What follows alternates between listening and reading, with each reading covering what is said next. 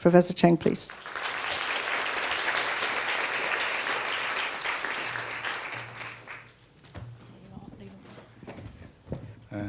Thank you, Ada, for the invitation and for giving me this great learning experience. I take that as a very good opportunity to test my thinking. I'm trying to consolidate what would otherwise be a 3-hour thing into half an hour. And that might be very good because we all said that it's a Singaporean slogan, teach less, learn more.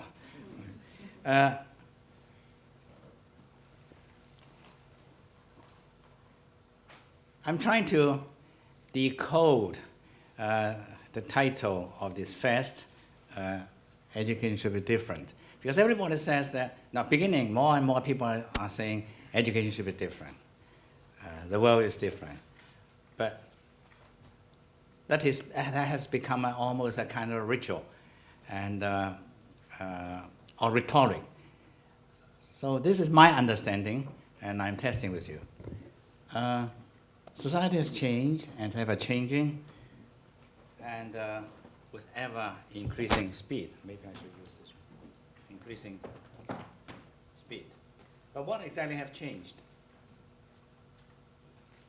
This is the question that I've been asking myself over the past 20 years, perhaps.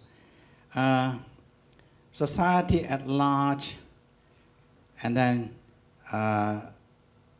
I've chosen 5 dimensions to demonstrate, to illustrate the changes. Career, workplace, the economy, technology, ideology. Just to demonstrate. There are many, many other dimensions. And the poor individual is in the middle, surrounded by all these changes. Career, there's basically a study-work mismatch. I won't elaborate, otherwise it will take many, many hours. In this university, the mainstream, the largest majority of students do not do what they learn. Medicine is the only exception. Law, about 25 to 30%. And engineering, which is very professional, 35% of our graduates in engineering don't practice engineering at all. But this is only the first job. There are frequent changes of jobs and frequent changes of occupations. And this is not only to Hong Kong. There are very, very elaborate forecasts and calculations in UK, US, Australia. Many of them do not opt to be an employee. Startups, increasingly. Freelancers, that means you can be employed by many, many employers at the same time. Multiple portfolios, that is, you ask a graduate, you don't ask him or her, what are you doing? But you ask, how many jobs are you doing? Right? Intermittent work, I want to work 2 years, I have enough money, I go hiking in Europe. Right? And then I come back for another 2 years. Right? And some of them prefer not working at all. I don't think this is a majority, but when I ask everyone, they will tell you some of their relatives or some of their friends are not working at all, and not willing to work, and not prepared to work. Well, workplaces change, it becomes smaller, flatter, looser, fragile, from pyramids to one-stop operations, more human interactions, new tasks every day, and so on and so forth. Right? I have a long list, but I just chose a few of them. Think of working in a factory. Because of your qualification, you are put into a job. You work according to job descriptions, rules and regulations, and there you are. But such situations are no longer common. In Hong Kong, there are over 300,000 business registration, that is companies, and 99.3 of them are under 100 people. 94.3 of them are under 20 people, and 87% of the 300 companies are under 10 people, 1 to 9.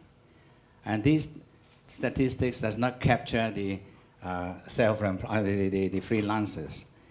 The economy, the career is due to the change in the workplace, and the workplace change is due to a bigger change in the economy. Less of more. Fundamentally, it's not an age of mass production. It's producing less quantity, more variety across the market. From quantity to quality, from needs to desire. You buy a new product not because you need it, because you are tempted to buy it. From local to global, and so on, and fewer jobs. This is a new theme which is in the literature, because we all assume that everybody should have a job, but we really don't know in the future.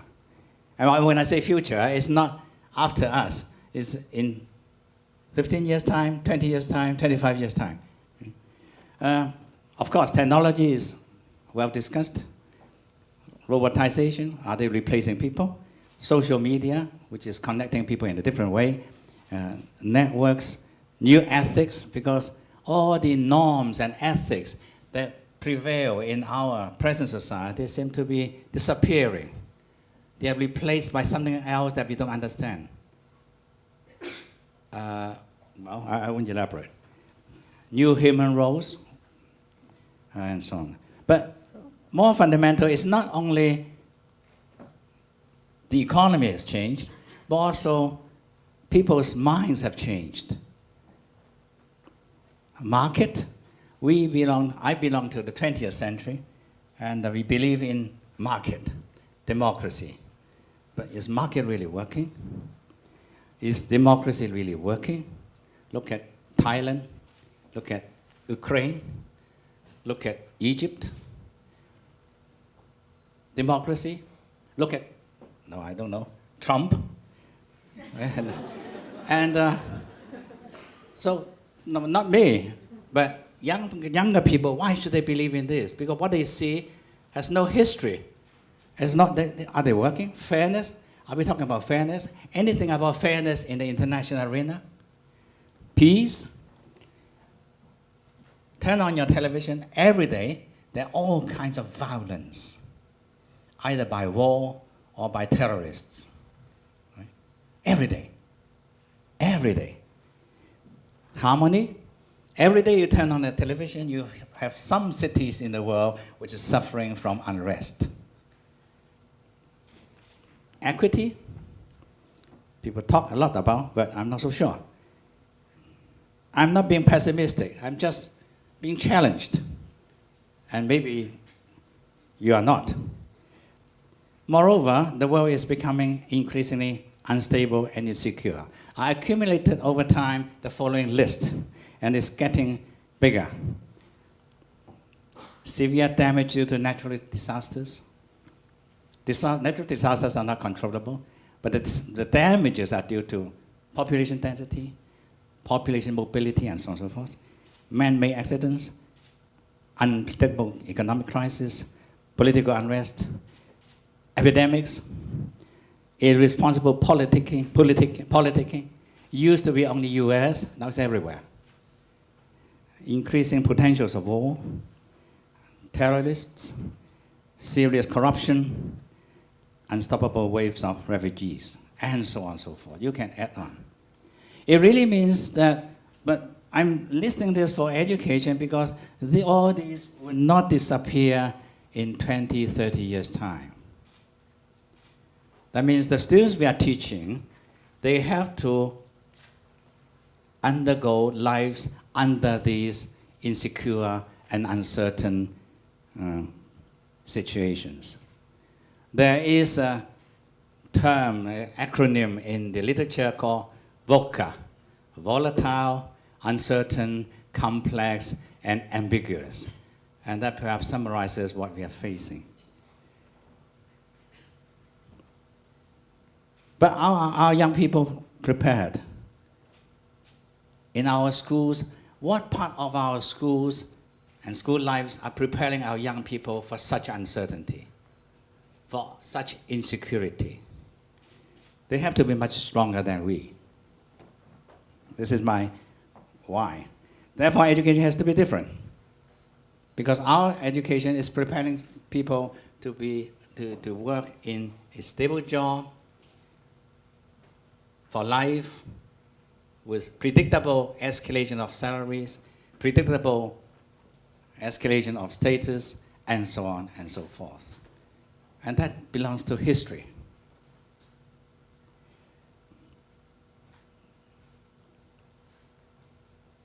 Our last reform that was launched in 1999, the fundamental theme was to change education, to turn education back to its basics, which is about learning. And I've been, in this past 15, 17 years, very conscious to distinguish education from learning. Because not all in our education is about learning. Some of them may be antithetical to learning, but I wouldn't elaborate. To learning, the only hope to put learning into a central position and think learning should be the core business of education. We have to change the discourse of education. 2012, Professor Nancy Loy and I collected 20 people, have a meeting here. 10 of them are top learning science researchers, and 10 of them are from International Organization on Education Policies. We come up with a very modest proposal that we should change the discourse about education. Instead of school management, we should talk about learning leadership. Instead of educational finance, we should talk about educational resource, learning resources. Instead of talking about the teaching force, we should talk about the learning professionals. When we talk about technology, we are not talking about technology replacing teachers, but technology to liberate learners. Everything has to be turned into a learning discourse. Hence, reform, which is not doing better and more of what we are doing, but to do it differently.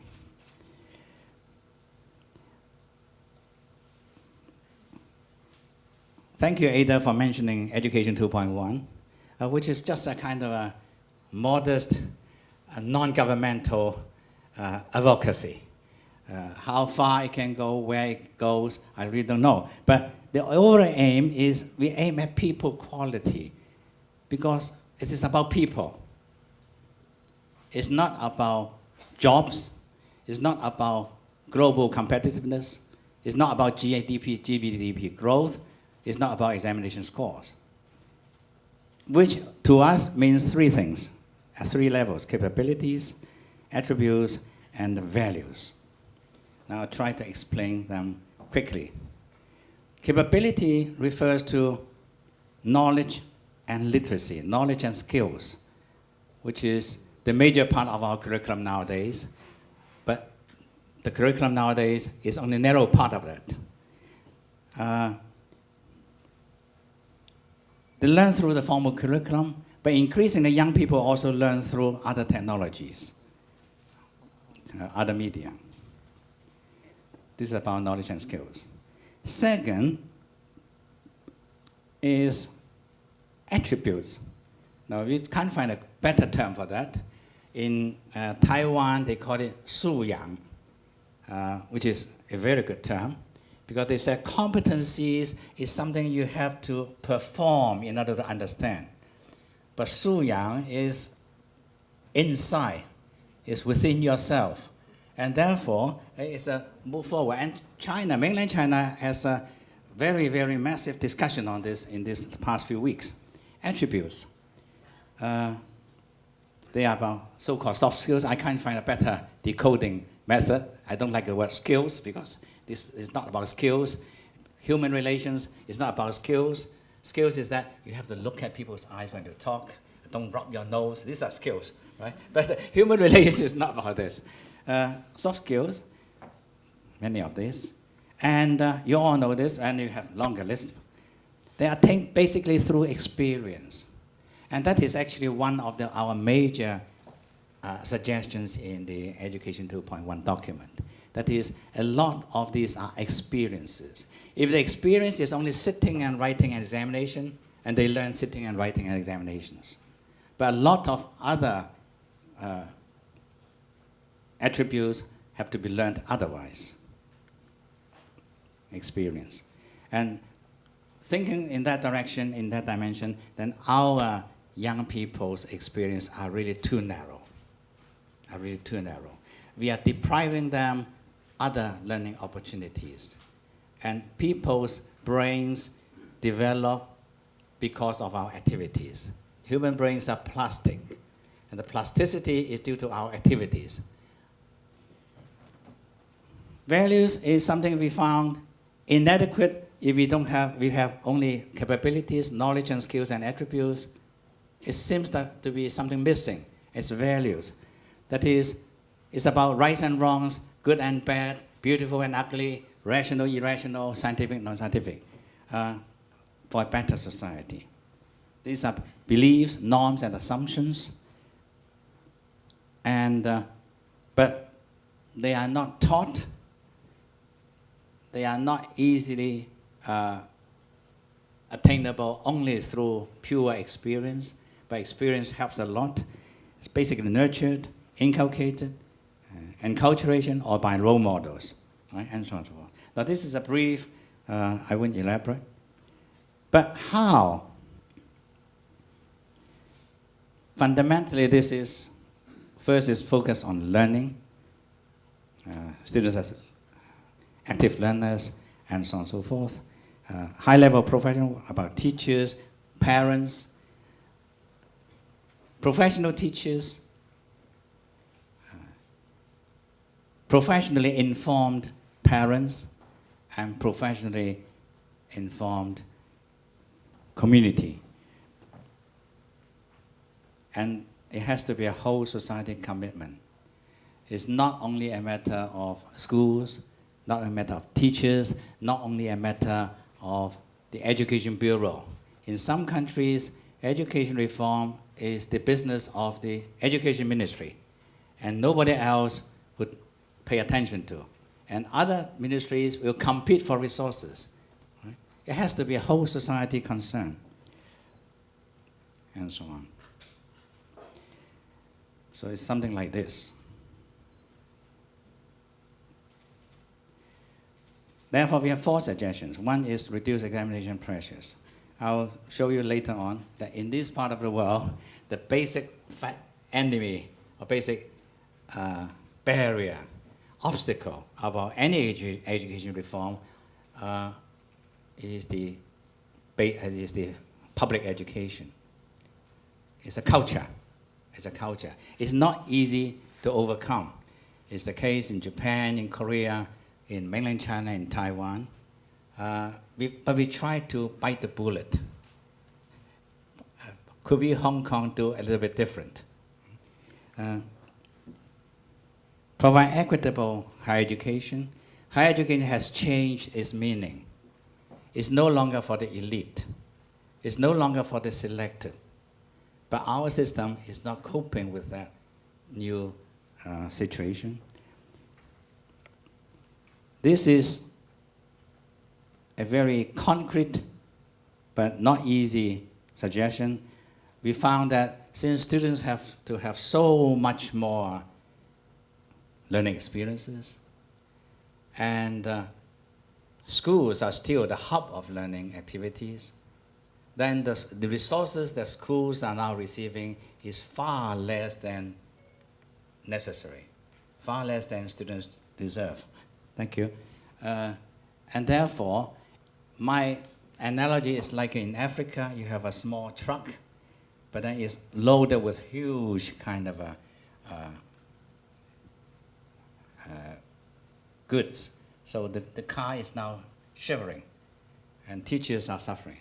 The last thing is to build a big education platform for all parties in society to participate. But we are not alone. I will finish by this.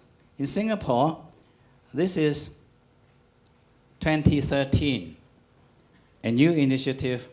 Singapore has continuous reforms. It's a learning government, and the government carries on with the reform every few years.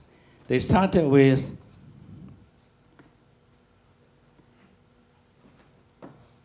with people. These are the kind of people they want, and then the competencies, and then the kind of attributes. Japan, zest for life. It started in the 1980s because of suicides, because of bullying. The term zest for life carries on until the latest reform was 2014, only in the last few years. I'm sorry, this is another Japan. This is Taiwan. Incidentally, everybody has some kind of a circle. It's a kind of and I don't think they talk to each other, right? Incidentally, yes. So you have, yes, you can read, right? And then this is China. This is one of the options, right? There are many, many such diagrams, and this is comprehensive development. This is social participation, self-management, and knowledge and culture. Culture in China means slightly more than slightly weaker than culture. It's anything which is about knowledge. Korea doesn't have a circle. An independent person, an indigenous person, a refined person, a democratic citizen. Right? You will notice that in all these cases, they all refer back, in all the documents, refer back to the ancient notions of education. And they don't, and intellectual, which is knowledge and skills, is only part of it. And in mainland China and Taiwan and Hong Kong, the moral dimension comes first, but not in Korea and not in Japan. But anyway, it's a holistic view about personal development and therefore learning. These are the commonalities, holistic, fundamental. In some society, they are astonished. They say, are you sure the school should bear all these responsibilities? A lot of this development doesn't belong to education, doesn't belong to schools. It's a different way of looking at schools. Starting with people and refocusing the affective domain, which is something pretty new. In the West, it is called social and emotional learning, and this is in this society seems to be coming back. The common enemy, examinations, right? Reduction of multiple choices. In Japan, for example, 75% of the universities are using one test, and that test is basically multiple choice. Basically multiple choice. This is Japan's slogan, from testing their knowledge to testing how they can use knowledge. And our suggestion is testing, examinations, assessment should not be what they know. Should ask them to create something, to be useful, to be integrated, and with collaboration. School-based assessment and so on and so forth. All these are coming. In the recent wave of education reforms of the Gaokao, the higher education entrance examination in China, provinces come up with very, very large variety of possibilities, and all these are included. There's limit to education. What we can do in schools and what teachers can do are limited, but there's no limit to learning. So hence, liberate the learners. Return learning to students. And that is why, again, the Singapore slogan, teach less, learn more. Only when you teach less, they can learn more. Unfortunately, we understand sometimes the opposite. They learn more because you teach more. So this should be the central theme of the system. Thank you.